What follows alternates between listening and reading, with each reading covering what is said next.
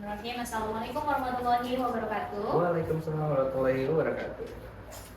Baik ayah bunda sekalian, terima kasih sebelumnya saya ucapkan sudah berkenan hadir hari ini. Ya, meluangkan waktu yang mungkin bunda-bunda lagi repot masak ya untuk persiapan tadi seperti Bunda Ita, tapi sudah mau meluangkan waktu untuk ikut acara podcast hari ini yang tentunya kemarin di tanggal 14 Mei ya sudah melakukan podcast dengan tema itu adalah mindset ya, mindset mengenai self employed versus business owner. Nah, hari ini kita bakal bahas tema yang bakal seru lagi. Apa tuh Mas Raffi temanya? Grow team ya, kita akan bahas tim yang gimana sih bangun tim yang solid gitu kan, terus juga ekspansi outlet itu seperti apa kayak gitu, banyak banget ya. Mungkin sebelum kita mulai acara podcast hari ini, kita sama-sama baca basmalah terlebih dahulu. Bismillahirrahmanirrahim. Baik, kita buka acara podcast hari ini tentunya dengan motivator kita hari ini yang luar biasa hebat, yang sudah berkecimpung di dunia bisnis dan berhasil sukses ya, punya tim yang solid, terus punya tim yang berkembang juga. Boleh siapa? Mas? Kita panggil aja langsung. Boleh. Motivator kita kali ini ada Pak Eko Priyanto ya? Eko Priyanto. Aku suka ribet dengan Priyanto. Pak Eko Priyanto. Maaf. Pak Eko. Sehat Pak? Alhamdulillah. Sehat Pak Eko? Banget gitu. Ya. Pak Eko nih? Belum ya? Lah ini nih. Belum. Bisa Pak? Benar kan? Udah. Udah.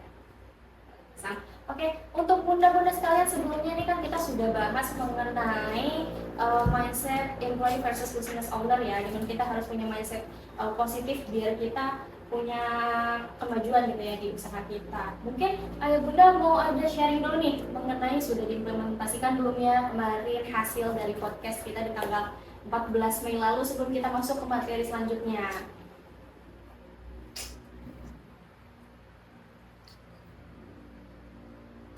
Mungkin dari Bunda Mila. Bunda Ita, gimana? Ini sudah diterapkan sih ya, kayaknya sudah diterapkan sih.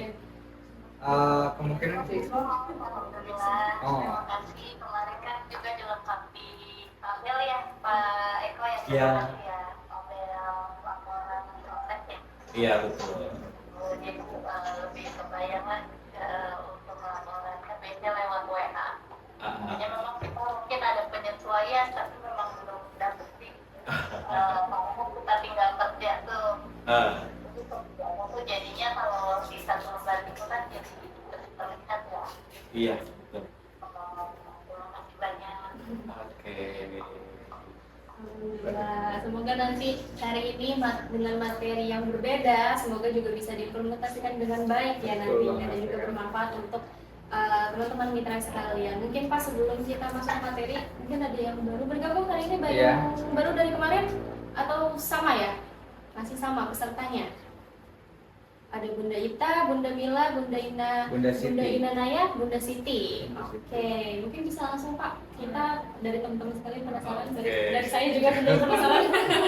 Mungkin boleh diceritain kali ya Pak, awal mula Buronik itu membangun timnya itu kriterianya seperti apa sih Bina? Oke, saya buka dulu ya. Boleh silakan. Assalamualaikum warahmatullahi wabarakatuh. Apa kabar bunda-bunda semuanya? Ini di hari apa sih? Hari Kamis ya. Aku mindsetnya masih ke hari Rabu. Hari Rabu.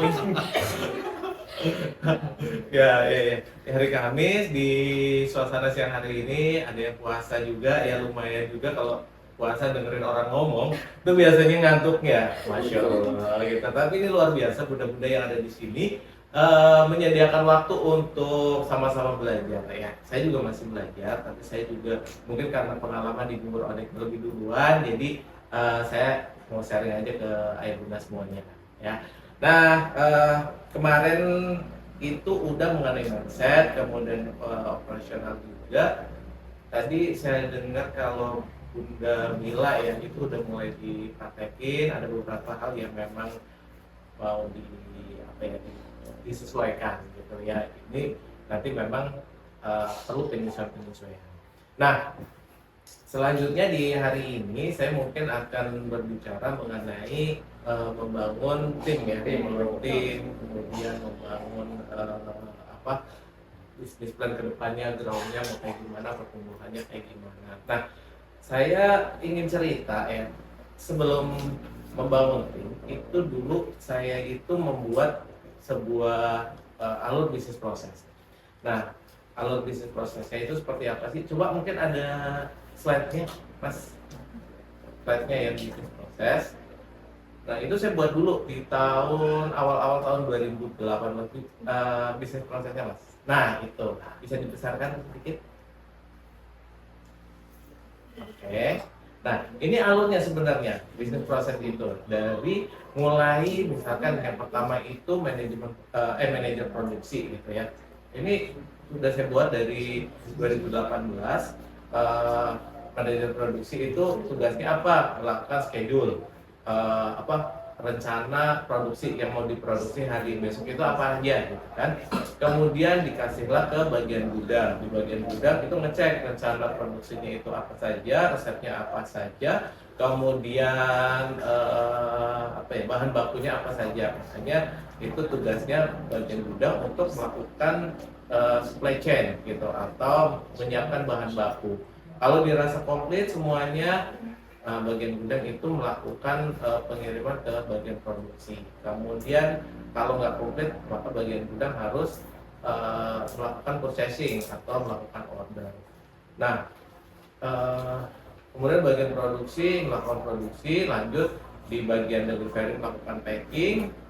Setelah di packing kemudian dikirim kemudian dijual oleh sales outlet ya paling ujung kanan. Kemudian ada si sales outlet setelah selesai jualan dia beres-beres, setelah beres-beres dilakukan pick up oleh delivery. Kemudian setelah di pick up oleh delivery maka dikasih bagian gudang lagi untuk dicuci. Setelah dicuci disimpan.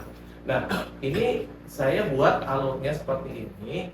Tujuannya apa? Untuk mempermudah gitu. Mempermudah apa? Mempermudah ketika kita nanti pekerjaan kita akan dikasihkan ke orang lain. Nah, itu saya sudah buatkan seperti ini dulu gitu. Jadi tidak serta-merta langsung nyari tim gitu. Oh, kriterianya apa? Kriterianya harus bisa semua hal gitu. Ya, nggak bisa juga karena ketika tim itu akan bekerja keseluruhan hal gitu dari seluruh bisnis proses yang ada, maka ya dia bukan lagi sebagai tim, tapi dia akhirnya menjadi sebagai pemilik bisnis gitu, karena menguasai keseluruhannya kan. Gitu. Nah, ini yang memang saya atur bagaimana agar ketika kita rekrut orang pun dia mudah, dia harus mengerjakan apa sih, pekerjaannya apa. Nah, ini yang akhirnya menjadi sebuah SOP. Sistem operasional, standar operasional prosedur. Nah, coba di atas lagi, ke atasnya. Tadinya awalnya saya cuma gambar-gambar kayak gitu aja. Awalnya nggak rapi juga, tapi setelah saya rapiin, nah bentuk seperti ini. Nah, di atas itu akhirnya saya temukan, oh ini tugasnya manajer produksi loh, gitu, untuk membuat schedule, untuk membuat rencana produksi. Kemudian bagian gudang tugasnya apa? Itu ada turun ke bawah tuh, ada mulai suplai bahan, kemudian mengecek lengkap atau tidaknya bahan baku, kemudian mencuci peralatan yang habis dijual kayak panci kayak gitu-gitu ya gitu kan. Kemudian sama menyimpan sisa-sisa kayak cup gitu. Nah, itu tugasnya bagian gitu. Kemudian processing itu tugasnya adalah order barang. Kemudian balik lagi, ternyata ketika menyiapkan bahan dia nggak hanya sekedar menyiapkan bahan aja, dia harus mengecek komplitnya dan juga harus terima barang juga gitu, karena kan dari orderan ya itu terima barang. Kemudian bagian produktif tugasnya memproduksi, sementara delivery tugasnya adalah melakukan packing, kirim barang sama pick up. Kemudian tugasnya sales outlet itu jualan dan beres-beres. Nah, ini yang menjadikan sebuah SOP. Terus turun. Kenapa? Kurang kurang besar ya? Kurang besar, Mas. Bisa diperbesar nggak? kurang kelihatan berarti. Oh, oke. Lagi. Nah, udah kelihatan belum? Kelihatan belum bro? Oke, kita balik lagi ya ke gambar dulu sebentar. Ke gambar tadi. Ke atas. Gambar ke atas. Ke atas. Ke atas sedikit. Nah ini yang awalnya itu hanya dari merencanakan, kemudian menggambar suplai bahannya, komplit atau tidaknya, order kayak gitu. Nah, ini udah saya atur seperti itu gitu.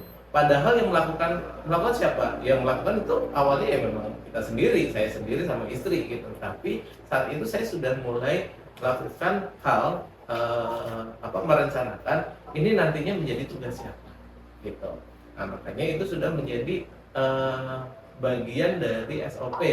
Jadi tugas, job desk-nya apa sih? Job desk-nya manajemen produksi adalah melakukan rencana produksi. Nanti ada rekapnya di bawah. Kemudian bagian gudang, tugasnya adalah suplai barang, kemudian suplai bahan baku, kemudian tadi melakukan cuci peralatan, sama menyimpan. Bagian purchasing tugasnya apa? Order. Bagian produksi tugasnya apa? Produksi. Nah, kita rekap tuh di bawah. Mas bisa turun lagi. Kita rekap tuh. Nah, naik. Nah, ada tuh rekapnya.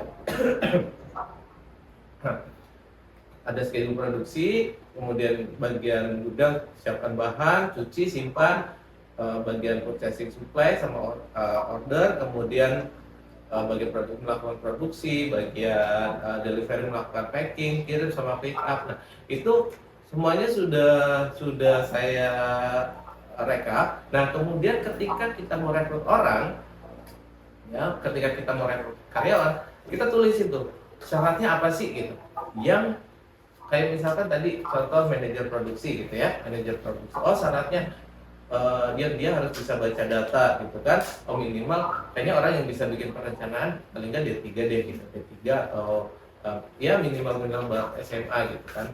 Nah, kemudian mampu membaca laporan, mampu menganalisa laporan, mampu mengatur orang gitu kan.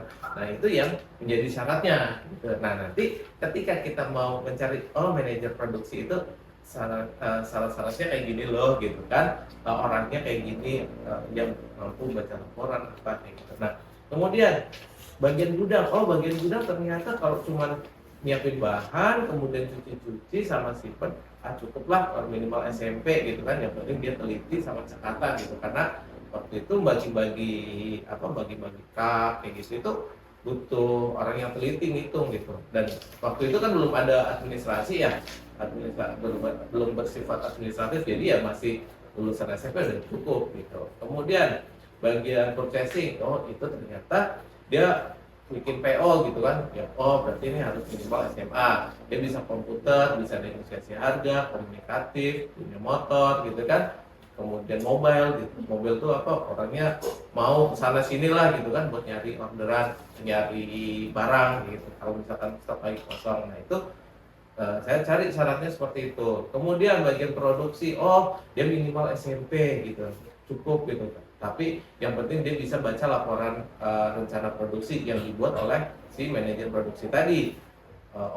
Mampu buat kerja malam, sehat jasmani dan rohani gitu kan, mampu bekerja sama dengan tim, cekatan. Nah, ini syarat-syaratnya. Nah, ini semuanya saya buat tujuannya apa? Ketika kita nanti mau rekrut orang itu gampang gitu. Jadi tidak sekedar ya udah kamu sudah repot banget nih, repot gitu. Tapi kita nggak tahu kerepotan kita sebenarnya yang bagian mana sih gitu. Kemudian apa yang bisa kita bagi ke karyawan gitu. Nah, ini yang memang perlu kita ketahui sama-sama gitu. Jadi tidak hanya sekedar mau untuk bantuin aja. Nah, kita bisa untuk rekrut karyawan. Karena udah tahu syarat-syaratnya, udah tahu karyawan juga ketika masuk gitu tahu, saya job desk-nya ini loh gitu. Saya job desk-nya sebagai delivery, saya harus packing, harus kirim barang, harus pick up. Sales outlet gitu. Tahu dia saya harus jualan, setelah jualan harus beres-beres gitu. Nah, ini yang membuat kita lebih mudah ketika kita itu merekrut karyawan gitu. Nah, tadi udah kita bagi-bagi tuh job desk-nya.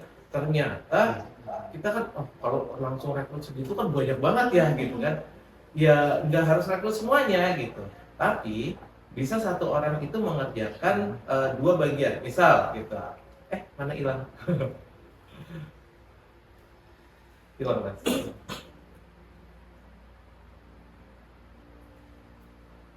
Nggak ada. Nah, misalkan satu orang itu kita bagian gudang tuh bagian waktu itu bagian cuci-cuci, kemudian bagian order. Bagian order belum bisa dikasih orang, ya udah kita handle terlebih dahulu. Yang penting cuci-cuci udah rapi gitu, biarin yang yang tadi sesuai kriteria itu yang nantinya bekerja. Nggak ketemu ya mas? Di desktop mas. Di desktop. Oke. Kayaknya tutup deh tadi. Ini dulu masuk ke Explorer. Sini Explorer. Bawah. Itu izinkan dulu mas.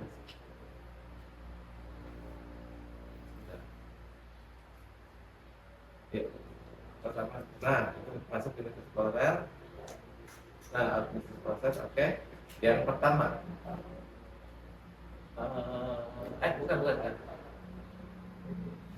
Iya. Bawah.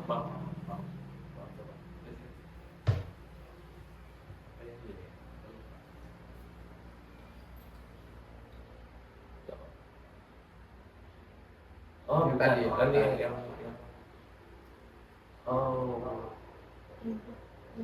Oke, iya, sip. Oke. Nah, bisa aja satu orang itu mengerjakan 2 job desk ya. Halo, hilang lagi.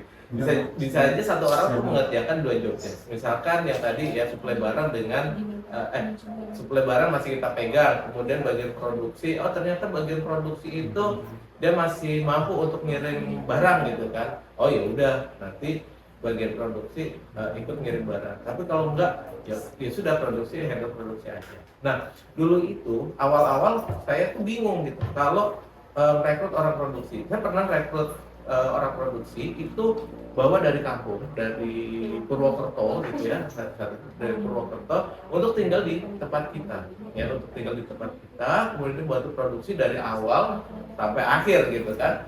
Ya bantu mulai masaknya, mulai nyiapin bahan-bahannya semuanya gitu. Kita dibantu semuanya. Tapi ternyata orangnya lama-lama capek, nggak kuat gitu ya. Nggak nyampe sebulan udah, Pak minta resign dong gitu kan. Kenapa? Capek banget gitu kan. Ya iya gitu, karena kerjanya itu melebihi dari batas gitu ya. Orang kerja dari jam berapa ya, mungkin dari jam 5 atau jam 4 sore ya gitu, kemudian sampai malamnya itu harus bangun untuk ngaduk, untuk prepare, untuk persiapan ngirim gitu kan. Nah, capek banget gitu, orangnya nggak kuat gitu. Nah, dan itu beberapa kali sampai akhirnya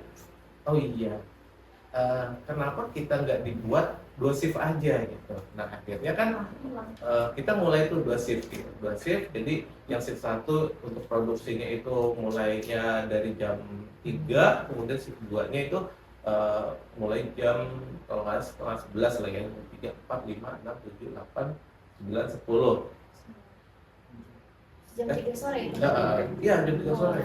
Jam 3 sore tapi sampai jam 11 malam. Jadi kita tetap 8 jam kerjanya. Kemudian yang shift 2-nya sampai dari setengah 11. Jadi biar ada pertemuan tuh setengah jam dengan shift 1 itu biar serah terima gitu. Jadi mau ditinggalin, ini apa yang sudah dikerjakan, apa yang nanti mau dikerjakan gitu. Nah, ini akhirnya kita ketemu polanya tuh gitu. Nah, ini butuh waktu ternyata nggak sebentar ya gitu kan. Sekitar 2 tahunan lebih gitu kan, itu baru ketemu polanya. Nah, yang ini akhirnya kita tuh mulai yang namanya adanya organisasi. Kita bener ini organisasinya. Nah, coba lihat cek struktur organisasinya mas. Struktur organisasi 2.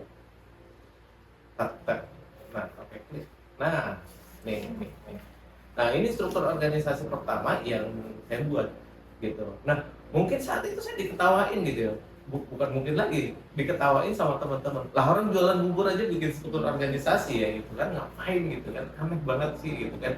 pakai ada direktur segala gitu. Nah, tapi gini, kemarin saya ngomongin tentang mindset ya, ngomongin tentang mindset. Nah, mindset kita walaupun bubur ya, hanya sekedar jualan bubur bayi, tapi kalau ketika mindset kita besar, kita insya Allah akan besar. Nah, ini yang kita siapkan saat ini, yang pada saat itu adalah wadahnya, tempatnya. Kan Allah kalau mau ngasih rezeki, ibaratnya itu kan sesuai dengan wadahnya ya, gitu kan. Kalau misalkan nggak muat wadahnya juga akhirnya melebar-lebar kan, nggak muat gitu kan. Akhirnya kita nggak bisa menampung juga. Nah, kita siapkan terlebih dahulu. Ini tempatnya, ini yang saya bangun struktur organisasinya. Nah, ada mulai direktur, keuangan. Sebenarnya ini nama saya itu masih banyak banget sebagai direktur, kemudian sebagai area manager gitu kan, business development, sebagai riset pasar, kemudian di riset produk, kemudian ada purchasing juga gitu kan, terus ada manajer marketing juga, kemudian apalagi tuh GA, HRD istri saya gitu kan, iya manajer HRD itu istri saya gitu kan, terus Novi itu di bagian keuangan tuh adik saya gitu, terus ada lagi tuh Novi di bagian produksi tuh, Novi selain dia admin keuangan, tapi dia sudah sebagai admin produksi juga, sebagai manajer produksi juga gitu kan. Kemudian delivernya ada Kamal gitu, kemudian marketingnya ada Sahrul, tapi Sahrul juga merangkap sebagai riset pasar juga gitu. Kemudian riset produk ada istri saya, ada Eka, kemudian Novi juga sebagai keuangan tapi juga sebagai riset produk gitu kan. Kemudian tuh gudang tuh ada namanya Fuji ya. Nah, Fuji itu sama admin tuh, namanya Fuji Lestari, tapi saya pisahin satu Fuji, satu Lestari, padahal orangnya satu gitu kan, biar kelihatan banyak gitu kan. Terus Komaria itu juga sebagai sales outlet juga nih, bisa dinaikin dikit nggak? Di bawahin. Naik. Nah itu Fuji juga sebagai sales outlet juga tuh nomor 9 ya. Fuji nomor 9 dia sebagai sales outlet, sebagai admin gudang, sebagai bagian gudang juga, nyuci-nyuci. Ya, itu masih kita rangkap-rangkap gitu. Kemudian Komaria itu juga sebagai sales outlet nomor berapa itu? Komaria itu Santi nomor 2. Nomor 2.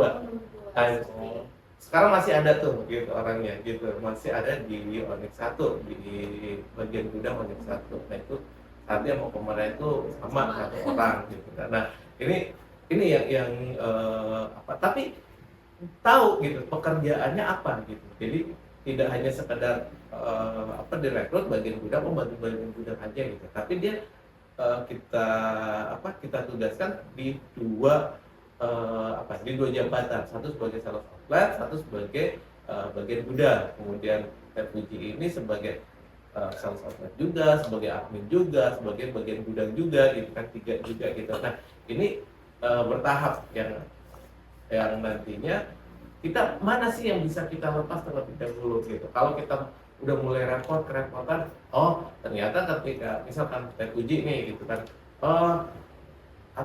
karena kesibukannya gitu kan, udah banyak, udahlah nanti admin aja sales outletnya dilepas gitu, atau karena dia kerja di tempat lain lagi gitu kan, akhirnya tetap dia sebagai sales outlet tapi bagian gudang sama bagian adminnya dilepas, tapi kita harus rekrut orang gitu. Nah, ini bertahap gitu, jadi tidak sekaligus semua orang kita rekrut satu-satu gitu. Wah, itu mah kebayang gitu kan ngatur orangnya kayak gimana gitu. Nah, kemudian ketika kita sudah tahu job desk-nya, udah punya orangnya, udah kita rekrut gitu kan, udah mulai join dengan kita, ya setelah join ya kita nggak diem aja gitu, tapi kita training, kita latih apa yang kita lakukan, kita training, kita berikan pelatihan terhadap tim kita gitu, terhadap sales outlet, cara ininya kayak gimana sih gitu, cara jualannya gitu. Ini sales outlet tuh sampai saya buatin juga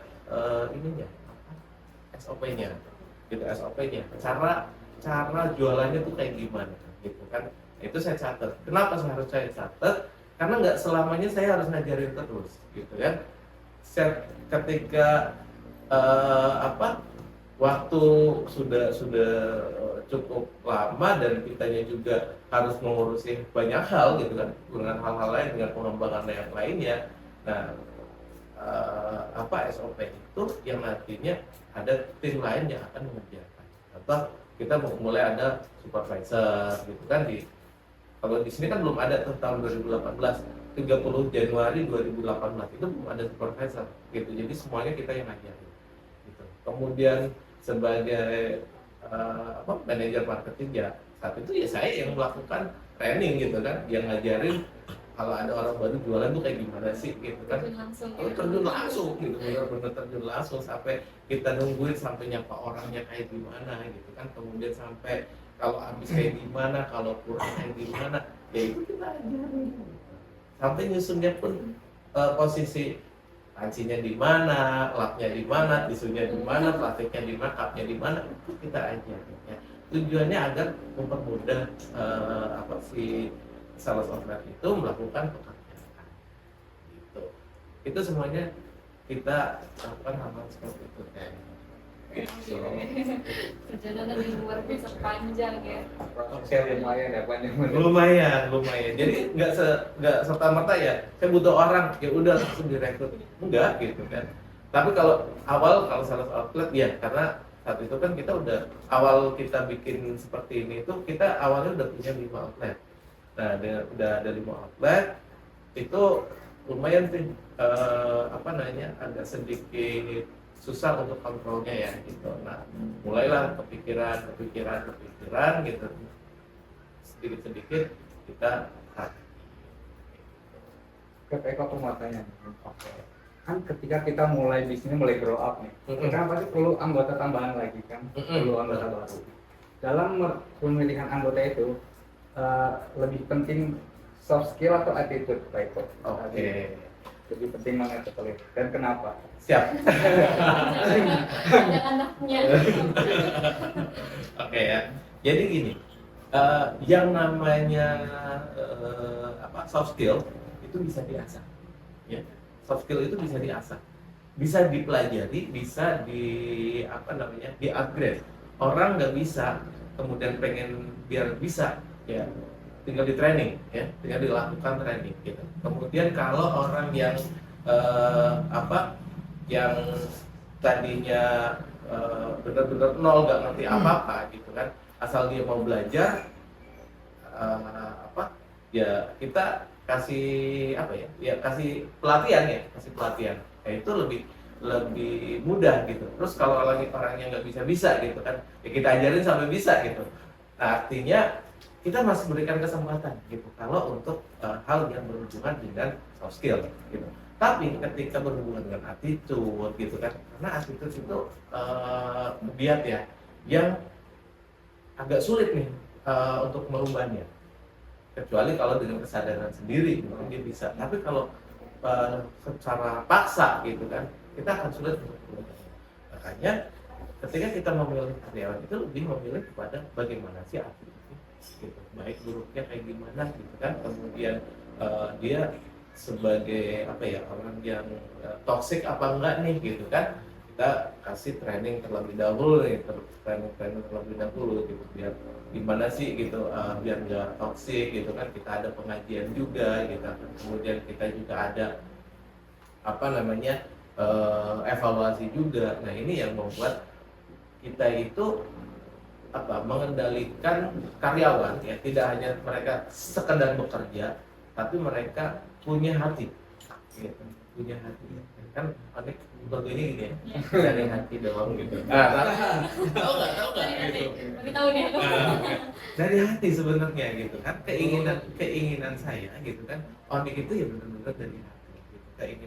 Keinginan saya teman-teman itu bekerja ya dari hati gitu. bukan hanya sekedar menjalankan pekerjaan gitu, yang penting pekerjaan selesai udah gitu. Nah, itu yang kita nggak mau gitu. Tapi ya lakukan pekerjaan itu dengan sebaik-baiknya gitu, karena ketika kita melakukan sesuatu hal yang baik, maka energi yang kita dapatkan baik gitu. Walaupun misalkan gini, kita melakukan pekerjaan itu istilahnya awalnya terpaksa gitu ya mau nggak mau, suka nggak suka kita kerja gitu. Tapi ketika kita mulai menyadari bahwa saya harus melakukan pekerjaan ini yang baik gitu, karena Yang butuh itu sebenarnya kita, gitu. Kita sendiri, kita sebagai karyawan itu sebenarnya butuh apa? Butuh apa? Butuh skill, gitu. Butuh skill. Ketika kita melaksanakannya benar, ya hasilnya itu akan benar. Terus kalau benar, siapa yang untung? Sebenarnya kita sendiri yang untung. Kita akan bawa keterampilan itu kemanapun, ya kemanapun. Kita bekerja di tempat lain pun, ya hasilnya akan buat kita sendiri. Tapi kalau misalkan gini, kalian kerja udah bagus gitu, udah bagus. Terus ketika kalian keluar gitu, pekerjaan baru, kayak emang ditinggal di dalam perusahaan? Enggak kan? Tetap aja pekerjaannya itu mengikuti kalian, gitu. Jadi skillnya itu mengikuti pemiliknya, mengikuti orangnya gitu, individunya. Jadi bukan karena skill itu milik perusahaan, tapi skill itu adalah milik tim, gitu. Nah, makanya apa yang didahulukan kalau memilih karyawan antara attitude atau soft skill, ya saya lebih memilih attitude-nya terlebih dahulu. Ya kalau bisa dua-duanya gitu. Tapi kalau memang tidak bisa, kita orangnya minimal baik terlebih dahulu. Nah, gitu. Jadi ilmu itu bisa Kalau itu yang bisa lihat dari kita ya. Iya, itu Soft skill masih bisa kita belajar Iya, dari mana aja ya. iya betul.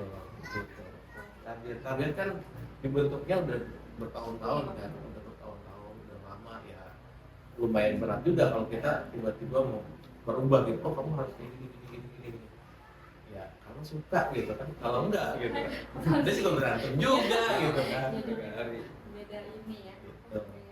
Tadi sudah di-mention juga ya Pak, kalau misalnya dengan belajar kita, kalau soft skill itu kan kita bisa belajar dari manapun gitu kan. Betul. Juga karyawan tadi sempat disebutkan bisa ikut kayak training gitu ya, Betul. pelatihan seperti itu.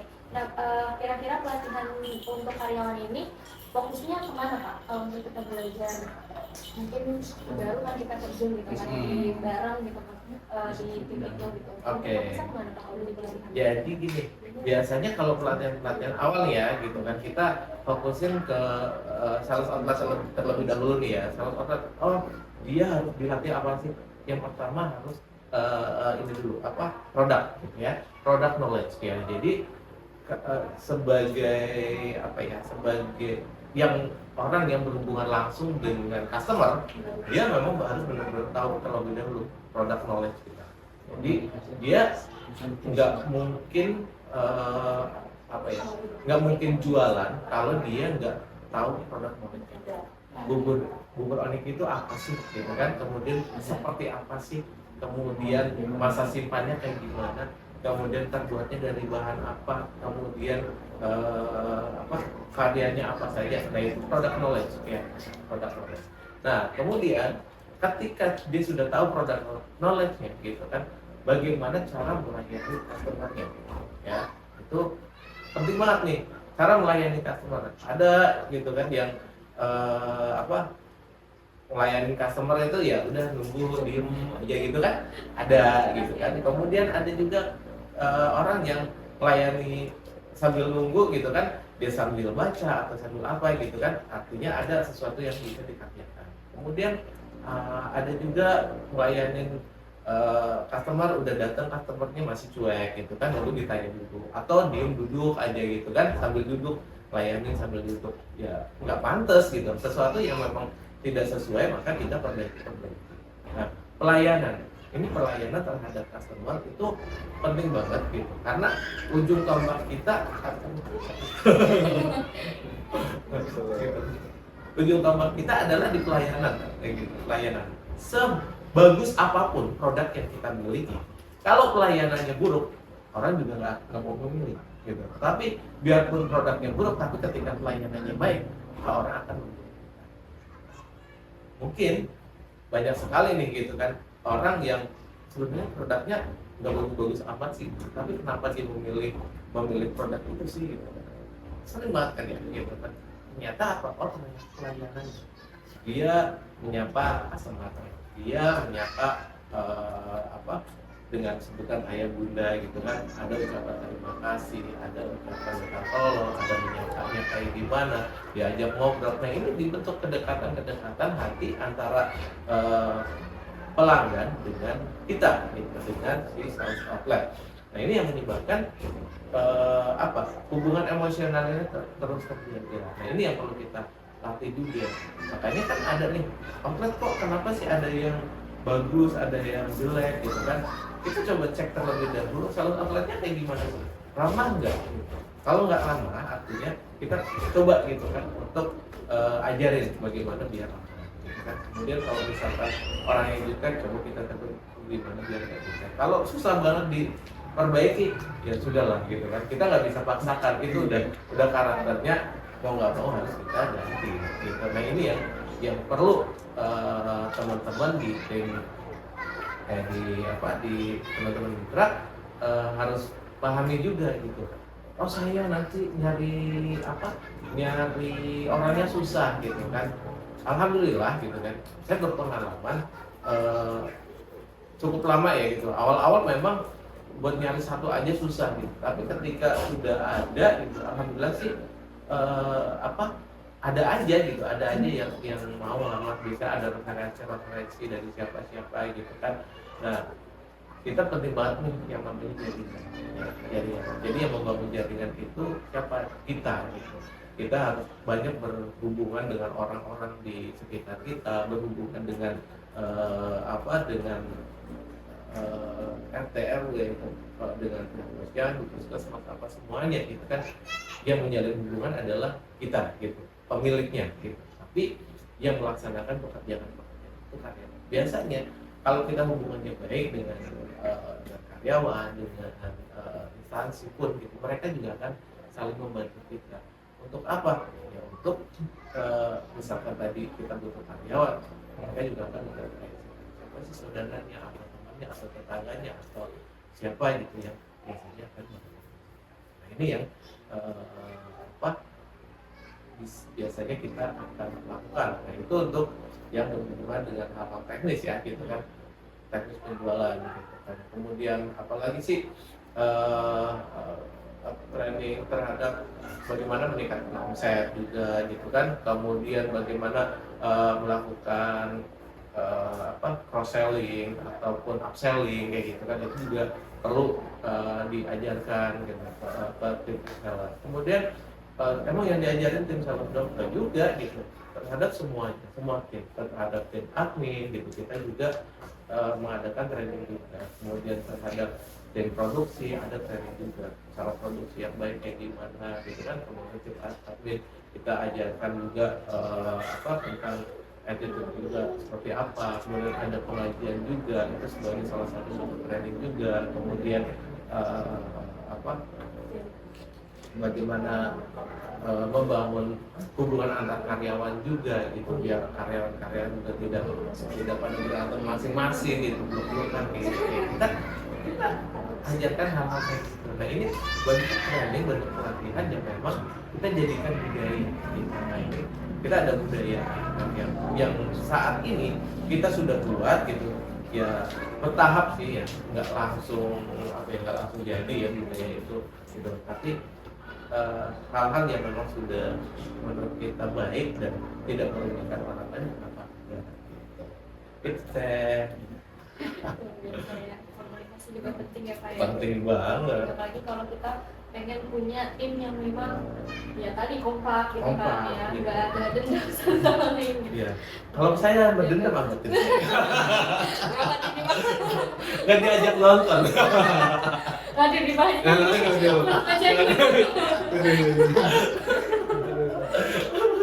Gitu ya. Oh iya, Pak Eko tadi kan dari bahas tentang pelatihan gitu kan. Kalau kita sudah kasih pelatihan dari manajemen kayak gitu, terus sudah berjalan juga, kan Nikos kan ada yang namanya performanya lagi, ada yang misalnya anggota tim kita ada yang lagi naik, kadang ada yang turun. Gimana cara Pak Eko kalau ada tim anggota kita nih dari San Bubur Anik ada yang lagi performanya menurun, gimana solusi Pak Eko cara menindaknya supaya anggota timnya jadi semangat lagi nih. Oke. Aktif lagi. Kalau turun kita kasih tangga aja ya biar Biar kan nggak jadi. Kalau ada lu turun. kalau ada Oke ya, jokes sedikit ya. Nah, nggak apa-apa. Jadi memang kondisi karyawan ada yang naik, ada yang turun, emosional kayak gitu kan. Apalagi kalau lagi ada problem gitu kan. Ya sebenarnya kita buka apa ya namanya buka selebar-lebarnya untuk sharing ya, untuk sharing. Jadi ada waktu kita untuk buat sharing, tinggal kalau saya sih benar-benar membuka ya gitu kan, teman-teman kalau mau sharing ayo sharing gitu. Tapi kalau misalkan kan ada orang yang nggak langsung ngomong apa kayak gitu kan, ya apa paling kita sapa dan kita kalau bisa ditanya gitu. Kalau misalkan ngomong masih belum bisa ya udah gitu kan, kita kasih kesempatan untuk bergalau-galau dia gitu. Gitu. Tapi yang penting gini ya, kita melihat gitu kan, apa ya, nggak cuman sehari gitu, baru sehari langsung kita tegur bla bla bla gitu, nggak juga gitu kan. Kita melihat performanya gitu kan, kayak gimana sih gitu, berlarut-larut nggak sih gitu, mengganggu pekerjaan atau nggak sih gitu. Ya, jangan sampai performa yang mengganggu, jangan sampai performanya benar-benar mengganggu pekerjaan gitu. Selama masih dalam batas-batas normal ya gitu, pekerjaan nggak terganggu itu ya sudah, biarkan aja gitu. Karena orang kan punya waktu ini juga ya, waktu apa ya kan, buat sendiri gitu kan, me time gitu kan, me time gitu. Ya udah gitu kan, silakan aja gitu. Cuman kita perlu nanya terlebih dahulu, kenapa nih gitu kan, apa ya, setidaknya ada masalah apa kayak gitu.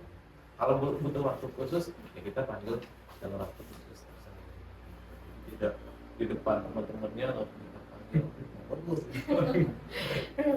gitu. Ya, jadi secara personal tujuannya agar lebih terbuka. Oke. Sudah tadi udah banyak banget kita nanya-nanya, mungkin untuk Pak. Iya. Mungkin ada yang mau bertanya. Mungkin ada yang mau bertanya. Boleh ini dari suara audiens kita ya. Iya, Bunda Ita mungkin ada yang mau ditanyain. Bunda Mila, Bunda Naya. Coba Mas Arman, kita ganti ke slide yang SOP, coba slide. Oke. Ini manajer produksi yang sales outlet, Mas. Coba di bawah, di Explorer. Oke. Nah, itu job desk, coba di atas dilebarin dulu, Mas. Bacanya panjang. Oke, job desk sales tuh. Bawah. Oke.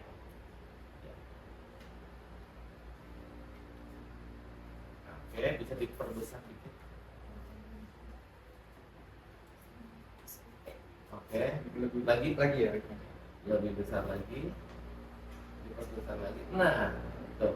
Nah, ini salah satu contoh ya job desk-nya Biar kelihatan gitu. Udah berganti sekali.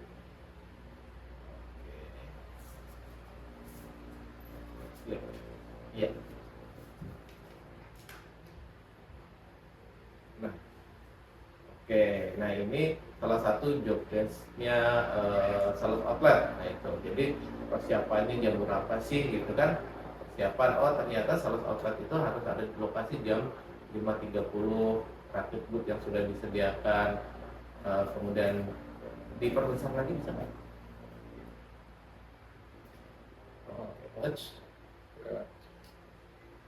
Di servis kiri. Nah itu kita buat itu di tanggal berapa tuh? 31 Maret 2018. Terus naik dinaikin. Oke. Nah itu tadi yang saya bilang, oh bagian depan dari arah kiri ada puding, bukan dari wadahnya disusun di bagian depan sebelah kiri. Cantumkan daftar menu harian, lanjutkan dengan box madu balita. Dulu ada box madu tuh dulu terus tutup cup dan sendok puding, cup besar, cup kecil di sudut kanan gitu kan. Di bagian belakangnya ada bubur menu 1, bubur menu 2, ada tisu, kantong plastik.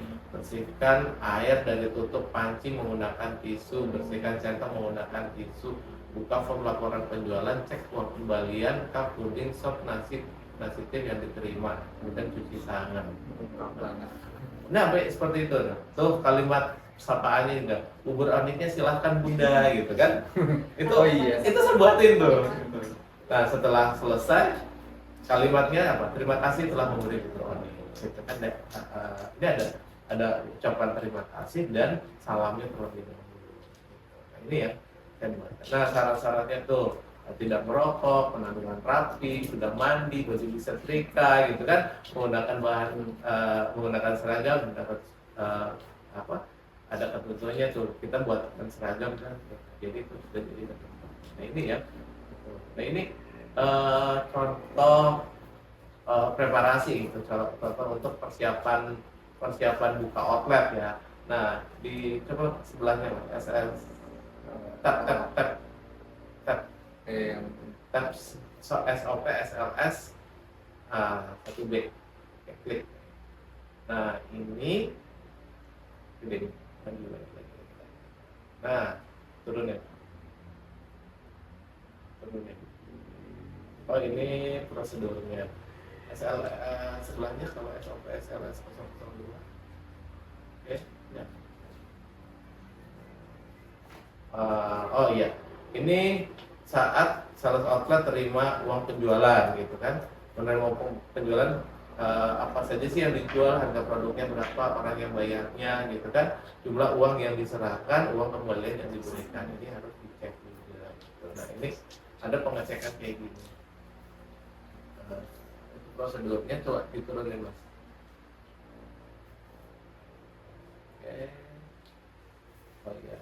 Oh itu cek ulang gitu kan, simpan, selesai gitu. Nah itu saya buat hal-hal kayak gini. Mungkin kelihatannya ribet ya bunda ya gitu. Nah cuman kalau untuk yang Mitra Onik ini udah bisa langsung menggunakan apa yang kita pakai gitu. Karena kita udah riset, udah menjalankan dan sampai sekarang itu masih berjalan. Jadi dari tahun awal kita 2018 sampai sekarang masih berjalan.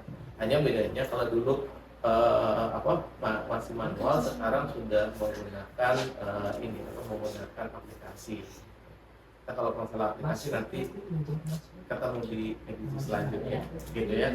Sistemasi. Tadi yang jawabnya juga kita belum ya. Nanti deh. Oke, mungkin ada yang mau bertanya terlebih dahulu. Bunda ya, boleh banget. Kita kasih sesi waktu bertanya buat Boleh bunda-bunda. silakan open mic bunda mungkin yang ingin bertanya. Atau kalau nggak diketik ya, nanti kita bacain komen pertanyaannya, nanti kita bacain. Kalau memang bunda-bunda nggak mau open mic.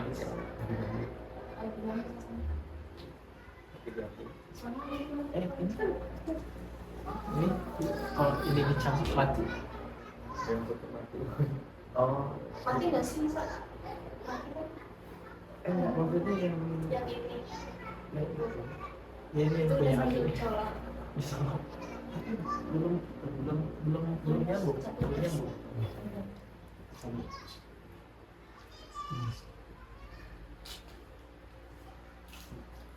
Bunda gimana? Ada yang mau? Bentar ya. Bentar bunda ya.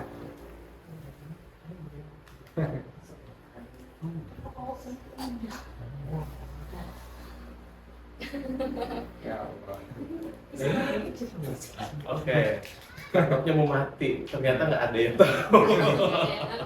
Enggak itu tidak. Boleh silakan dilanjut bunda. Bunda tadi siapa bunda? Kita mungkin ada yang mau ditanyain bisa. Kira-kira mungkin mau ditanya ini. Kira-kira kalau misalnya baru bangun usaha, kira-kira yang paling penting itu tentuin lokasinya kah atau membuat timnya kah? Itu banyak sih sebenarnya pertanyaan. Kali bunda mau sharing sama Pak Eko langsung, bisa langsung open mic aja bunda. Silakan. Atau sudah ada yang ini menulis pertanyaannya?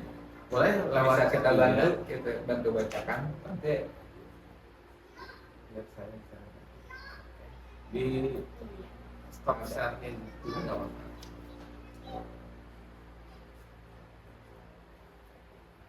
Share screen-nya di stop dulu nggak apa-apa.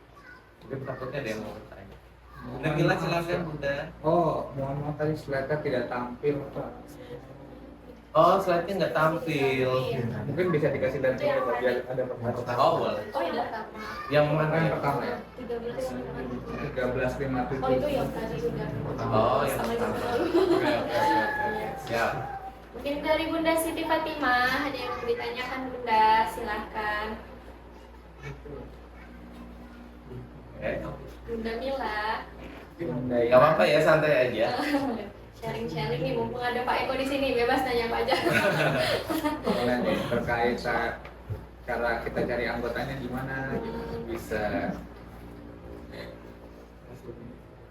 atau apa ya? Gak apa-apa, kita lanjut lagi aja ya sambil ngobrol ya, sambil ngobrol aja. Nah, jadi tadi kan kita bahas mengenai training tim kayak gitu ya. Kalau dari awal-awal sih sebenarnya yang penting adalah tadi yang mengenai masalah sales outlet gitu kan, kemudian produk yang gitu kan, produk knowledge, kemudian customer service, terutama untuk melayani customer kayak gimana kayak gitu kan, kemudian bagaimana membangun kepercayaan dengan customer, yang itu memang harus benar-benar harus kita lakukan gitu. Sama di sales outlet. Nah, kemudian jangan lupa gitu kan, ketika ada komplainan dari customer gitu kan, sales outlet juga harus membalasnya dengan baik gitu. Jadi tidak hanya sekedar dibalas gitu kan, ya balasnya cepat sih gitu. Tapi asal gitu jawabannya, yang penting balas gitu, jangan juga gitu. Nah ini juga harus diajarin bagaimana kalau misalkan si customer ada komplain gitu. Nah ini yang memang perlu diajarkan juga handling komplainnya seperti apa. Nah ini penting banget nih gitu kan, agar tidak sekedar membalas jawabannya gitu. Nah ini misalkan gini, ada bubur yang misalkan encer gitu kan. Oh ini kok bubur kok encer gitu kan. Nah kita cek terlebih dahulu, encer itu kenapa sih gitu? Apakah encer itu karena produksi kita, atau encernya di tempat mereka, atau salah penyimpanan? Nah, kita harus cek dulu gitu kepada customer kita juga. Saya ngirim foto buburnya encer gitu kan. Kita cek dulu, ibu cara menyimpannya kayak gimana? Belinya kapan gitu kan? Kemudian berapa banyak? Nah, kemudian kita cek juga. Kita kan bikin bubur kan nggak cuma 1 cup aja kan, artinya kita bikin bubur 1 panci. Nah, di panci yang lain kayak gimana? Apakah di panci yang lain itu juga sama encer atau tidak? Nah ini kan kita perlu pengecekan. Jadi tidak serta-merta kita langsung percaya dengan apa kata customer juga gitu. Pengecekan di internal kita, pengecekan di customer juga, kemudian kita cek orang yang beli juga. Kan orang yang beli pun nggak semuanya, kita nggak punya nomor kan, kita pasti ada yang punya nomor. Kita cek juga, tanya, bubur hari ini gimana bun? Cek nggak gitu kan? Oh ternyata enggak gitu. Nah, tentunya ketika ada permasalahan, kita coba cek lagi, kita gali lagi. Tapi tentunya tidak dengan bahasa yang bagus ya, dengan bahasa yang baik gitu kan, kita ajarkan kepada si sales outlet kita. Nah, kalau sudah ketemu itu masalahnya, sudah kita ganti, memang perlu diganti. Kalau enggak ya kita nggak usah ganti, karena terkadang ada salah penyimpanan nih gitu kan, ada salah penyimpanan, kemudian udah sama anaknya disiram air gitu kan, misalkan gitu kan, nggak sengaja disiram air jadinya encer kayak gitu. Ya kalau kesalahan anaknya ya kita mau nggak usah ganti kan gitu. Tapi kalau misalkan ada salah penyimpanan, kalau kita mau ganti nggak masalah, Tujuannya apa gitu kan? Tujuannya agar mereka tetap mendapatkan bubur yang baik, kemudian ini apa namanya, mereka paham gitu untuk sekali penggantian. Tapi kalau udah berkali-kali diajarin nggak ngerti-ngerti juga, ya sudah, kita nggak bisa ganti gitu. Nah, ini hal-hal yang memang perlu ya kita ajarkan kepada tim sales offline gitu. Nah, apalagi selain itu gitu kan, tadi attitude gitu kan, attitude itu juga harus diajarkan kepada tim terdepan kita, tim yang memang dia berhubungan langsung dengan customer. Kemudian kalau misalkan sudah mulai ada tim delivery gitu kan, ajarin bagaimana caranya agar ketika pengiriman gitu kan, dengan misalkan misalkan yang sudah outletnya banyak, misalkan udah nilai ya, misalkan outletnya ada beberapa gitu kan, tiba di outlet yang satu dengan outlet yang lain itu tidak jauh banget waktunya gitu kan. Kita ajarkan cara untuk pengantarannya ya, yang efektif kayak gimana gitu, efisiennya kayak gimana gitu. Nah, kalau di kita dengan sekitar lebih dari 100 outlet yang ada, ya efektivitasnya benar-benar kita atur gitu, jarak antar outletnya juga kita atur. Bahkan kita pengiriman ke paling jauh kita ada di Ciampea ya, Ciampea ke sana lagi ya, ke Cibungbulang ya, Cibungbulang. Itu nyampe gitu kan, nyampe. Terus berapa di tujuan akhir di Cibungbulang itu ini jam 6 itu harus sudah sampai sana. Ya, kita kasih waktu 1 jam gitu, 1 jam dari kantor sampai outlet terakhir itu 1 jam. Nah, gimana caranya agar si tim delivery ini juga bisa mengantarkan ke tempat yang lain itu ya sesuai gitu, sesuai waktu, nggak pada ntar yang paling ujung kesiangan kayak gitu, enggak juga gitu. Jadi memang kita sudah atur hal itu perlu kita ajarkan. Tadi udah karakter pengiriman, handling komplain, kemudian apa lagi ya? Gitu. Pengaturan pada saat membawanya kayak gimana biar produk nggak rusak kayak gitu kan, itu juga perlu diajarkan gitu kan, biar nggak tumpah kayak gimana gitu. Nah, kemudian biar pudingnya nggak rusak sampai di ujung kayak gimana, nah itu kan perlu gitu. Kemudian tidak goyang-goyang apa kayak gimana, nah itu kita ajarkan hal-hal seperti itu. Sebenarnya hal yang simpel gitu kan, tapi ketika kita nggak ajarkan, akhirnya produk kita rusak dan tidak terjual, itu kan sayang banget gitu. Nah, kita ini salah pengirimannya, ini salah, kita nggak salah-salahkan. Nah, ketika sudah kita ajarin, kita sudah selangkah ya untuk untuk memelihara agar produk kita itu tidak sampai rusak di perjalanan. Caranya ya, ada dari di kantornya, ketika membawanya gimana gitu. Betul, sampai kan pelaksanaan padahal bawa kita dari kantor sampai ke outlet itu kan sebenarnya simple ya, hanya menggunakan kantong plastik hitam gitu. Jadi bukan pakai yang ribet kayak gitu kan, enggak gitu. Cukup pakai kantong plastik hitam tapi dengan saddle bag ya. Yang bilang itu saddle bag ya. Saddle bag ya. Saddle bag. Nah, itu tinggal dimasuk-masuk ke situ. Kalau ngaturnya rapi, itu aman gitu. 5 outlet nyampe ke tujuan dengan baik ya. Tapi kalau kita ngaturnya berantakan, ya ada yang cupnya pada peot lah gitu kan, pudingnya hancur lah gitu kan, kemudian ada yang bumbunya tumpah gitu kan karena pakai panci. Nah, itu ada aja gitu. Cuman ya itu kita harus ajarkan ya seperti itu. Training lah hal-hal seperti itu gitu. Training yang simpel-simpel tapi itu perlu kita. Itu diajarkan ketika itu termasuk pelatihan yang tadi dibicarakan. Iya. Iya. Selain product knowledge gitu ya. Selain product knowledge, tim delivery kan ikut training juga kan. Gitu. Jadi pengiriman gimana biar si tim delivery ini nyampe ke outlet itu dengan keadaan yang baik-baik saja gitu kan, produknya gitu kan. Jadi tidak hanya sekadar ngirim terus barangnya pada rusak, enggak, kita nggak. Jadi pada salah-salahan gitu kan, pada berantem. Nah ini yang perlu kita jaga.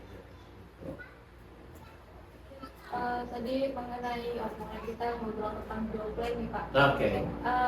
Ketika kita ingin merancang grow plan dan juga mungkin ingin apa ya namanya kayak ada rencana ekspansi gitu Pak. Kira-kira yang menjadi prioritas itu membangun cabang atau outlet baru dulu atau struktur timnya dulu Pak yang perlu kita prioritaskan. Oke. Yang perlu kita prioritaskan antara membangun cabang terlebih dahulu atau struktur timnya terlebih dahulu. Pertanyaannya keren banget. Gitu ya. Jadi gini, kita ketika memiliki organisasi yang jelas ya, organisasinya jelas gitu ya, kemudian job desk-nya jelas, maka untuk membangun outlet sebanyak apapun itu akan mudah gitu kan. Jadi kita di tahun 2020 itu ketika ada cabang Onyx 2 ya, ada cabang Onyx 2 baru kita mulai. Nah ini kita targetkan dalam 3 bulan itu 40 orang ya, dalam 3 bulan itu 40 orang. Dan realisasinya berapa? Ya mungkin realisasinya nggak 100%, tapi dari target 40 itu kita nyampe mungkin sekitar 33 atau 35 orang. Artinya kan ini hampir 100% ya gitu, kita 80% gitu kan tercapai gitu kan. Mudah banget untuk menduplikasi ketika kita sistemnya sudah gitu. Kemudian kita paham bisnis proses kita kayak gimana. Jadi sampai cara nyari outletnya kayak gimana, kemudian controllingnya kayak gimana itu mudah gitu. Tapi kalau misalkan kita hanya sekedar bikin cabang gitu, bikin cabang banyak, tapi kita nggak bisa kontrol, artinya kita itu menambah masalah gitu kan, menambah beban kita juga gitu.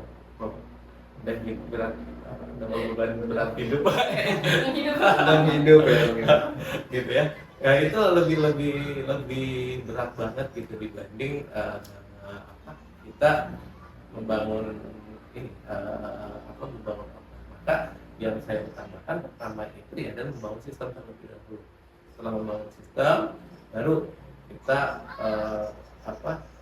implementasi sistem itu berjalan apa tidak, kita coba buka cabang gitu. Tentunya tim yang ada itu sudah sesuai dengan sistem yang kita buat gitu ya.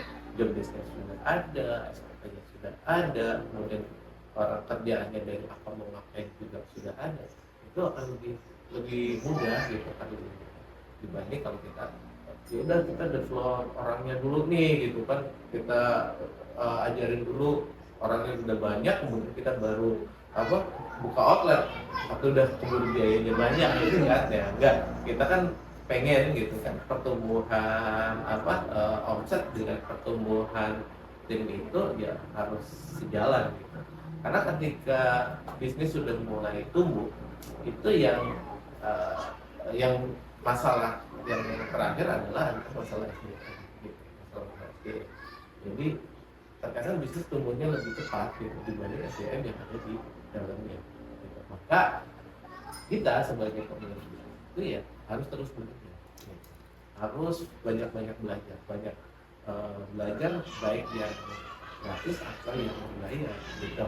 Agar kita nggak ditinggalkan sama bisnis kita gitu. Kalau bisnis kita semakin tumbuh, semakin besar, kita juga harus bertumbuh juga. Pemikiran kita harus lebih besar lagi. Yang dulu awal kita punya outlet cuma 5 gitu kan, mungkin ya kita pemikirannya dengan 5 outlet. Tapi sekarang gitu, dengan outlet yang lebih dari 200 gitu, ya kita harus berpikirnya harus lebih besar lagi. Bagaimana kita jualan dulu diterima di seluruh Indonesia, bagaimana penjualan kita bisa sampai ke luar negeri gitu kan. Ini ya harus kita pikirkan gitu. Nah kemudian kita siapkan orang-orang ini, siapa sih yang harus mengerjakan ini, siapa yang mengerjakan ini, kemudian misalkan yang mengerjakan pertumbuhan, siapa yang mau mengerjakan riset, R&D, kemudian yang harus berjualan berkenalan dengan pihak-pihak luar negeri gitu kan, terus bagaimana cara memelihara supplier gitu biar kita tidak kehabisan bahan baku. Nah ini yang penting juga gitu. Ya semuanya menjadi sesuatu hal yang penting. Jadi SDM itu ya sesuai dengan apa? Sesuai dengan job desk, fokus aja gitu dengan job desk yang sudah diberikan. Itu bisa kita bangun bertahap gitu dengan SDM. Tadi kan Peko menyinggung tentang ya, kalau sebelum kita membuka cabang, kita harus punya struktur organisasi dan sistem yang kuat. Dan juga kan tadi bisa ada target sampai 40 pembukaan 40 outlet. Nah, gimana sih cara kita bisa menentukan outlet nih yang punya kira-kira ada lokasi yang bagus nih buat ada kita membuka outlet di situ? Faktor utamanya adalah bisa kira-kira yang bisa jadi ini potensi kita punya apa ya, namanya standar critical point ya, standar critical point. Jadi setiap setiap mitra itu punya semua sih sebenarnya. Jadi apa poin-poin yang memang harus kita dapatkan ketika kita harus membuka outlet baru gitu. Jadi mulai dari tempatnya mau kayak gimana sih gitu kan, lokasinya seperti apa, wilayahnya kayak gimana, sesuai dengan target market kita. Contoh kita kan target marketnya siapa coba? Bubur Anik. Bubur Anik target marketnya siapa? Ibu dan halo sama. Ada nggak yang tahu target marketnya bubur Anik itu siapa? Coba mungkin dari teman-teman ada yang tahu target marketnya bubur Anik itu siapa? Coba mungkin di chat di sana biar kita tahu terlebih dahulu. Halo Bun, ada? Boleh, kalau misalkan mau open mic juga nggak apa-apa. Open mic juga, open cam juga nggak apa-apa, biar aku nggak kelihatan ngobrol sendiri. Bang, silakan. Mungkin ada yang tahu target marketnya bubur Anik siapa? Target marketnya bubur Iya. Anik. Ya, boleh. Silakan Bunda Resti. Mungkin Bunda Resti mau jawab, Bunda. Ada? Ini masih sibuk sambil nyiapin makan kali ya? Buka puasa ya? Masak. Masya Allah. Ya, oke ya. Lanjut aja ya. Jadi, gitu, target marketnya bubur Anik itu adalah ibu-ibu ya yang mempunyai balita. Ya, ibu-ibu yang mempunyai balita itu usia berapa sampai berapa sih? Gitu ya. Ada nggak ibu-ibu yang usianya 22 tahun udah punya balita? Ada ya? Ada ya? ada yang mau berapa?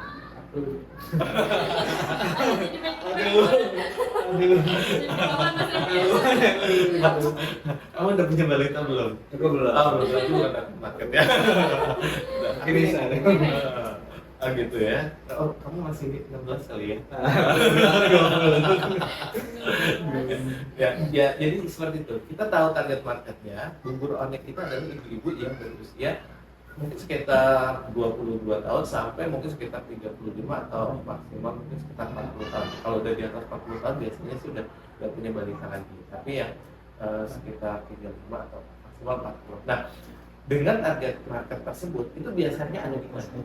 Ya, biasanya dia lokasinya ada di mana? Maka kita cari lokasi yang sesuai dengan target bubur Anik, gitu ya.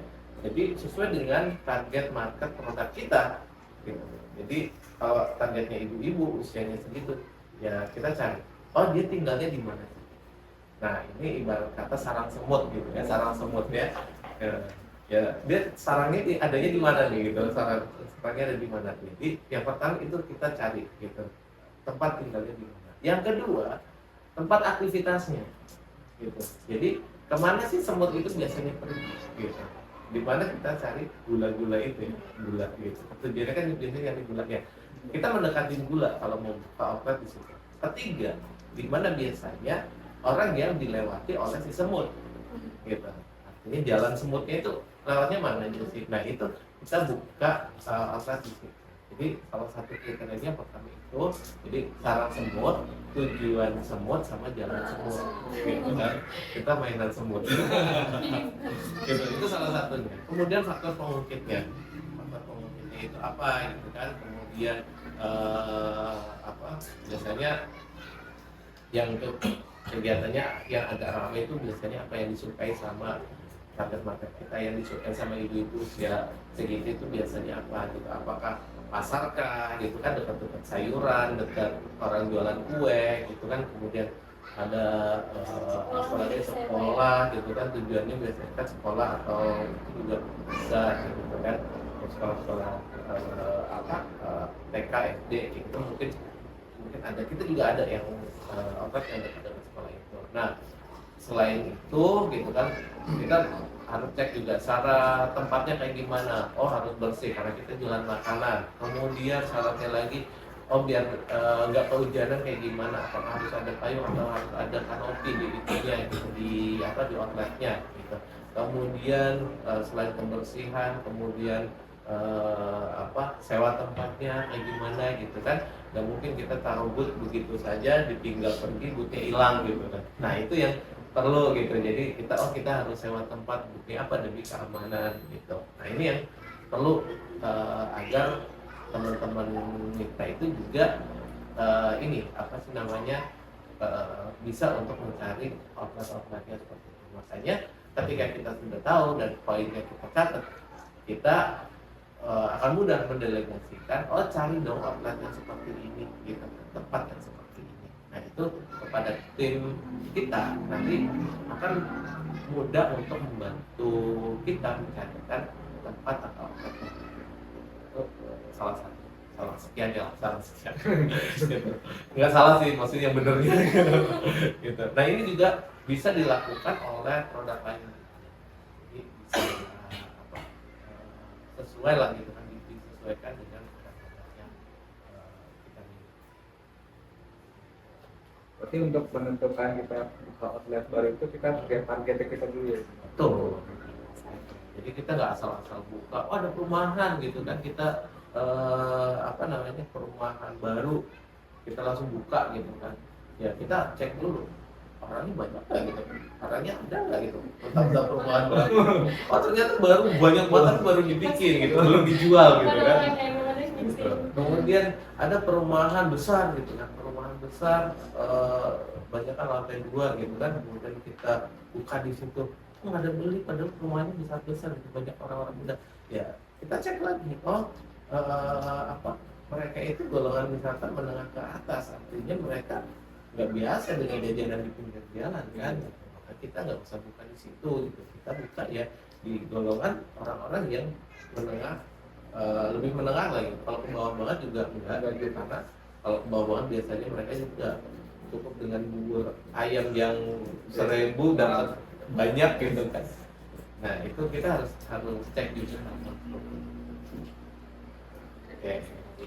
Panjang ya, tadi mengenai udah tim ya, soalnya seperti apa, terus juga tadi Mas Arfi sudah menemukan lokasi yang tepat itu seperti apa tadi ya, dari yang harus cari jalanan semutnya, tujuan semutnya gitu. Target semutnya, jalan semut. Mungkin dari teman-teman mitra yang sekarang lagi mendengarkan kita semua tadi ngobrol, ada yang mau sharing nggak nih? Mungkin ada kendala ya di outletnya gitu. Kita juga boleh kalau mau tanya, yang lainnya juga silakan untuk tanya-tanya. boleh banget ya. Silakan.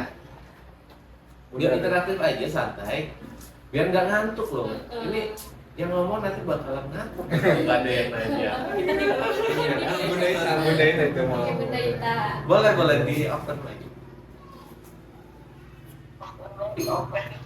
Kamera masak. Lagi Lagi masak. Semoga masakannya enak dan nyampe ke sini ya. Aman Bunda. Enggak. Tadi mungkin yang tadi dijelaskan ya. Bahwa itu kita kan belum sampai ke situ nih usahanya. Mungkin dia dapat ilmu ya buat tapi betul insya Allah terus tumbuh ini perusahaan kita nih.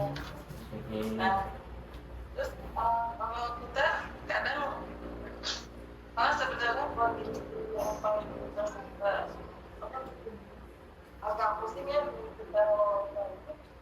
Gimana Bu? SDM. Oke. Di SDM. Kayak buat bagian produksi itu. Hmm. Ya, ini tuh nggak mudah gitu ya. Nyari yang kerja itu ya. Buat cari SDM susah. Enggak. Itu. Soalnya kita udah besar juga kan, kita belum mampu. Kita paling kalau biasanya di sini dari saya itu per datang. Kalau nggak datang, berarti nggak bisa.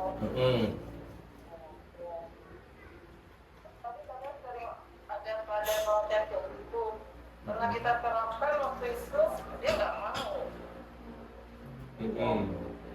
Oke. Terus satu lagi selain SDM itu kita kayak sistem tadi ya harus persiapkan by step itu ya. Itu kan tergantung perusahaannya ya, kayak apa ya. Itu yang cara paling mudah, yang paling apa ya, yang standar gitu dah.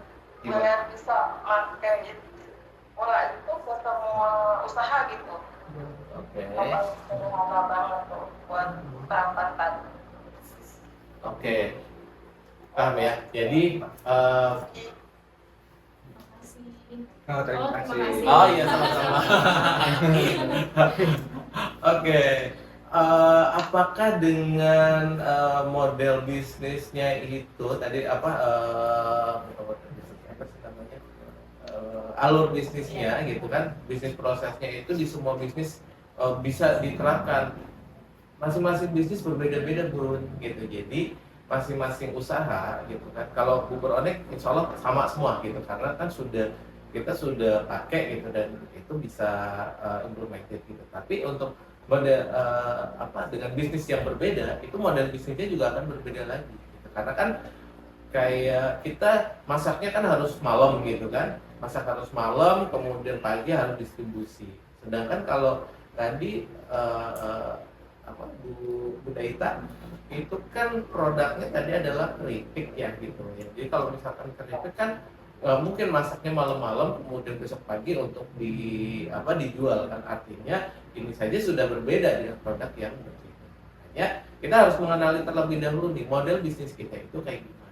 Apakah tapi kalau secara tadi untuk mengatur mengatur stok gitu kan, mengatur stok kemudian rencana produksi itu saya pikir sama gitu kan, karena mau produksi itu pasti butuh rencana produksi, butuh resep, butuh bahan baku, semuanya sama gitu. Tinggal cara untuk memproduksinya itu yang pastinya berbeda. Nah, jam kerjanya juga pasti akan berbeda. Nah, proses memasak bubur dengan memasak keripik itu kan berbeda. Nah, ini yang Bunda Ita harus melakukan pencatatan bagaimana sih sebenarnya proses untuk memasak keripik itu, dari misalkan nol sampai benar-benar jadi keripik dan kemudian bisa di packing gitu, di bentuk packaging seperti itu. Nah, ini dicatat. Nah, hal ini yang nantinya akan kita transfer ilmunya kepada si karyawan yang nanti akan kita rekrut. Jadi karyawan ini dia hanya melakukan pekerjaannya saja gitu. Bukan mulai dari penyiapan bahan bakunya, tapi yang nyiapin bahan baku siapa? Yang nyiapin bahan baku tetap Bu kita, tapi yang melakukan masak adalah si karyawan gitu. Kemudian jamnya, jam masaknya berbeda ya, iyalah gitu kan, ada masak ada enggak gitu kan. Nah, kita ketika sudah mulai masak ya, sudah mulai memasak gitu, udah biarkan mereka ngikutin apa yang ada di catatan kita gitu. Jadi kita ngecek, kita sudah tahu, kasih catatannya, udah mereka masaknya kayak gimana. Kemudian masalah dibayar atau nggak dibayar tadi gitu ya, kalau nggak kerja ya nggak dibayar, kalau udah kerja ya pasti dibayar. Nah, ini sesuai dengan kebutuhan saja.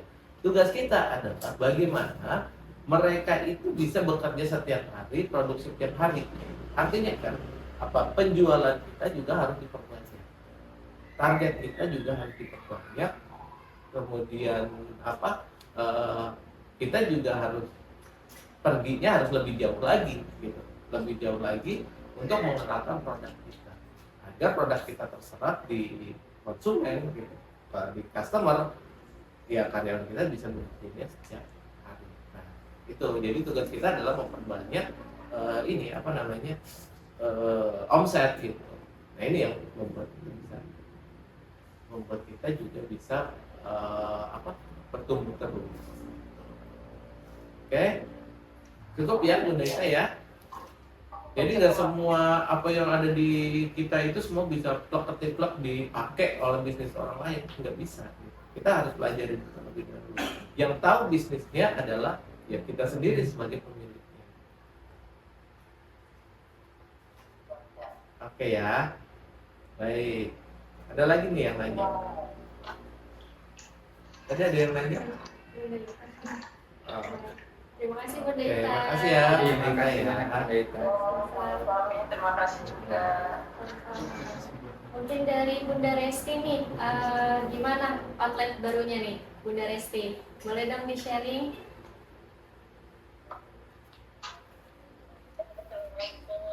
Waalaikumsalam warahmatullahi wabarakatuh. Bunda Resti, sehat ya?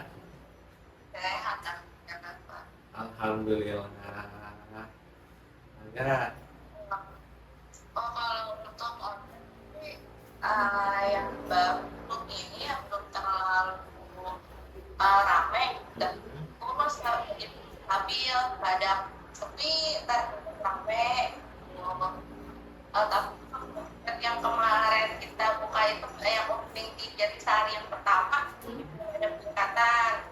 Itu juga kita udah laksanain nyoba yang posyandu itu udah 2 kali, kalau yang Jatisari 1. oke. Buat sama yang ketiga itu belum nemu buat yang posyandunya, belum ketemu orang posyandunya. Mereka kendalanya tumpah tuh ya Pak ya. Terus udah nanya Febri gitu, treknya gimana biar gak tumpah gitu, udah aman dan bikinnya. Cuman ya Pak nyari SO aja, sering ganti-ganti SO-nya kayak gitu. Oh iya. Belum ada SO yang benar-benar ready banget gitu ya. Ya, kita jadi belum tahu nih, karena kan kalau yang di outlet yang 2 pertama itu kan dekat rumah ya Pak, masih ada kontrol gitu secara langsung. Nah itu juga SO-nya udah lumayan stabil. Kalau yang jauh belum bisa kontrol banget tuh, jadinya ya belum stabil gitu penjualannya. Orang belum lihat seperti apa, karena ganti lagi, nanti baru sebentar ganti lagi. Oh iya, masih kendala di SO situ ya. Oke, tetap. Sarannya kalau baju kan SO-nya suka ganti-ganti ya Pak. Saran ada apron gitu Pak. Oke, nah ini kebetulan kita juga lagi baru desain ini, ya semoga aja kita udah muncul ya. Boleh nggak di share kita bentuk atau ada sampelnya nggak? Nggak ada. Nah, coba. Nah, ini Bun, kita lagi mau belum bisa. Oh belum. Udah kelihatan belum? Oke. Nah, ini ada si Babang Kapan ya. Nah ini kita mau launching ini, jadi kita pakai ada, kelihatan nggak Bun? Kelihatan Pak. Oke. Nah ini ada bentuk ininya, bentuk apa sih namanya, apron ya. Apron udah kita buat dengan bubur oneknya juga. Kemudian kita mau bikin ininya juga yang asongan itu udah jadi sih, kebetulan kita juga udah bikin satu. Ini baru sampel, kemudian sama topi kuning kayak gitu. Nah jadi brand bubur onceng seperti itu. Nah ini rencananya kita mau ini mau launching ini gitu. Jadi Bismillah ya gitu untuk bulan inilah, semoga aja di pertengahan bulan juga bisa launching ini gitu. Ini ini biar teman-teman yang SO-nya suka ganti-ganti kayak gitu ya lebih mudah ya untuk ininya, lebih mudah penggantiannya karena ini apron gitu. Seperti itu ya Bunda modelnya seperti itu enggak kira-kira? Iya, Pak. Kalau aku kan bisa ganti-ganti tuh Pak. Kalau Iya. SO-nya ganti. Iya betul. Nah ini kita segera buatkan ini gitu untuk launching ini. Ya semoga pertengahan bulan ini sudah bisa gitu untuk digunakan gitu. Nah setelah ini pun kita masih ada satu lagi, jadi nanti akan berbarengan untuk launchingnya. Kita tunggu aja deh. Kalau untuk spesial untuk mitra boleh deh kita kasih lihat ya. Tapi ini masih dalam bentuk ini desain, masih dalam bentuk desainnya gitu. Jadi buat mitra, teman-teman mitra yang pengen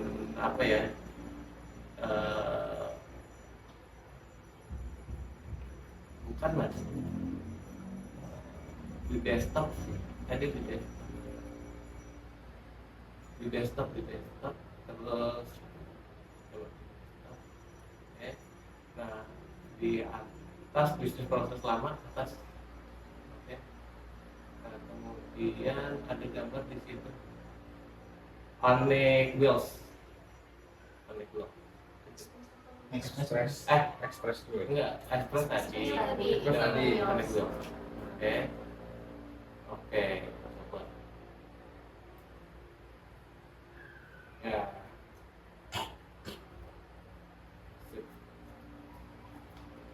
Oke. Nah, ini rencananya ya semoga aja bisa bulan ini juga.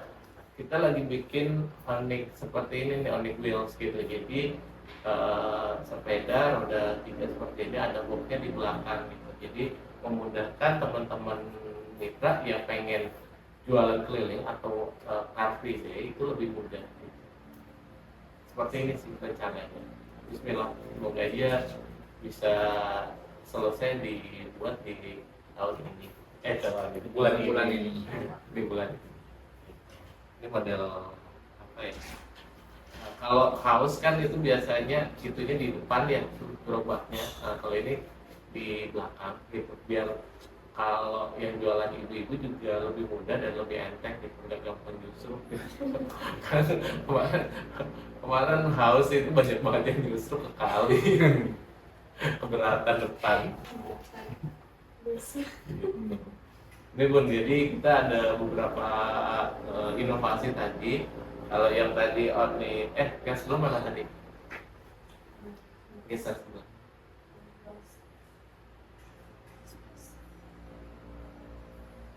Oke, Onyx Express, klik itu Onyx Express. Oke, nah kalau yang ini dan belum. Stop dulu di stop setting ya. Oke.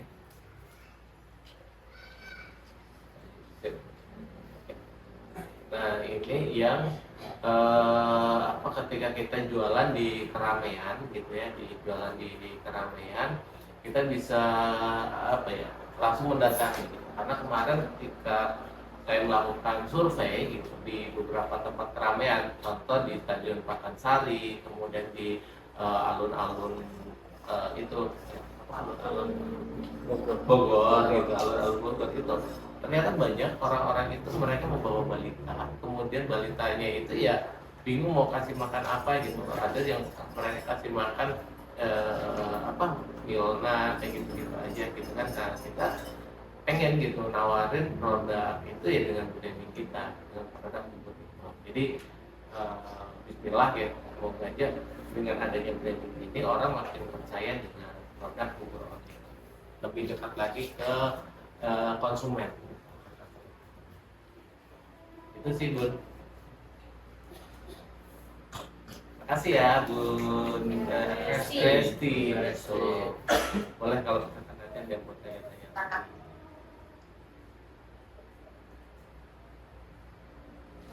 Terima kasih Bunda Resti. Mungkin sebelum kita tutup podcastnya, ada yang ingin bertanya lagi mungkin dari Bunda Mila, atau Bunda Siti Fatimah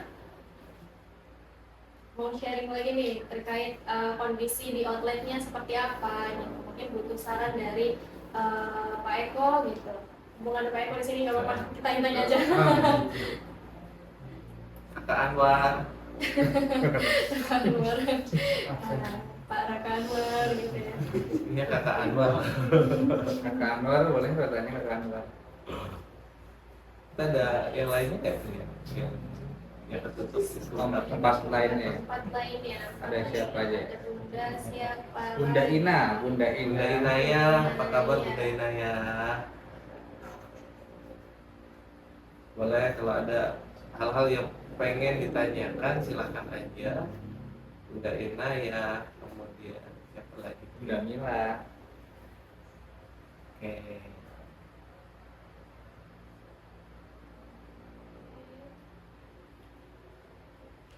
Cukup mungkin ya. Mungkin Oke. mungkin Pak terakhir sebelum kita tutup, mungkin dari Pak Eko ada gak nih pesan dan juga motivasi untuk kita semua di sini, teman-teman mitra, untuk Pak Eko sendiri mungkin pesan dan motivasi gimana kita buat tujuan usaha ya Pak Eko. Iya. Untuk bangun tim yang solid itu seperti apa? Baik. Motivasinya. Jadi gini, motivasi saya buat teman-teman ya, buat motivasi diri saya juga ya sebenarnya gitu ya. Jadi ketika kita membangun bisnis gitu ya, kita memang harus, yang kemarin saya sampaikan adalah harus mimpi yang besar gitu. Jadi semakin besar mimpi kita, artinya kita harus siapkan tempat yang besar. Kemudian kita nggak bisa namanya bekerja sendiri, kita bekerja harus dengan tim ya. Jadi tim itu bukan sebagai bukan sebagai apa ya namanya biaya atau beban gitu, karena tim itulah yang nantinya akan membangun usaha kita. Maka tim itu adalah investasi gitu. Tim itu adalah teman kita untuk membangun perusahaan. Maka kita nggak bisa yang namanya apa ya, tidak bergantung kepada orang lain. Atau tim itu adalah satu kesatuan dari kita. Jangan susah-susah untuk mencari tim, untuk membangun tim. Ya namanya membangun tim itu nggak semudah apa yang membalikkan telapak tangan. Itu harus kita cari, harus kita didik, harus kita apa namanya, harus kita sayang gitu kan. Tapi kalau kata saya ya. Kalau misalnya tadi itu penting banget gitu. Jadi tidak hanya sekedar tim itu harus bekerja sesuai dengan kemauan kita. Mereka adalah orang juga, mereka adalah manusia juga, yang mereka punya rasa, punya perasaan yang kita harus menghargai. Nah, ya kita harus menghargai apa yang sudah dilakukan oleh kita. Nah, kalau kita mau tumbuh besar, ya ajak tim kita untuk menjadi besar. Oke. Terima kasih banyak. Sekalian sambil agak jadi ngabuburit sebelum Lepas aja loh, lepas aja loh ya. jadi sabar dulu ya. Sama deh. Jadi sama. Bisa bahan dulu. Baik. Bunda sekalian, terima kasih juga dari kami ucapkan atas waktu udah meluangkan waktu mau ikut acara podcast hari ini. Jangan lupa untuk like kita juga, untuk follow akun kita, akun Boroni, di like dan juga di komentar ya. Iya, di like. Akun Bang Eko juga jangan lupa ya.